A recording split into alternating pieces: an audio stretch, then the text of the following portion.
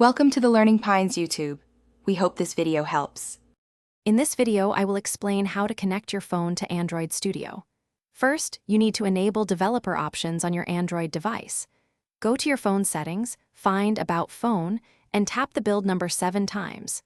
Next, navigate back to Settings and locate Developer Options. Inside, toggle on USB debugging.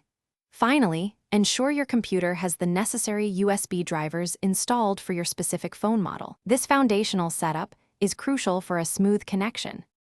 Once developer options and USB debugging are active, connect your phone to your computer using a reliable USB cable. Your phone will likely prompt you to allow USB debugging. Make sure to tap Allow to grant permission. Now, open Android Studio. In the toolbar, you should see a drop-down menu for selecting target devices. Look for your phone listed there. If it appears, you're on the right track to deploying your applications directly to your physical device. Sometimes, connections don't work perfectly the first time.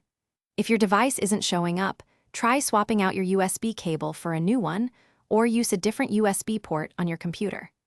A simple restart of both your phone and Android Studio can often resolve minor glitches.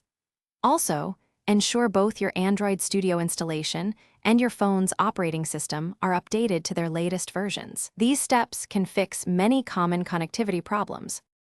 With your phone successfully connected, you're now ready to deploy and test your Android applications directly on a physical device.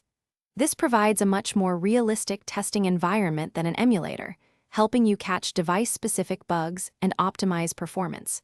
You can now run your projects and see them come to life on your own phone. Remember to check the description for a link to Darn Tough Socks and other great deals. Happy coding! Thanks for watching. Consider subscribing if we helped you.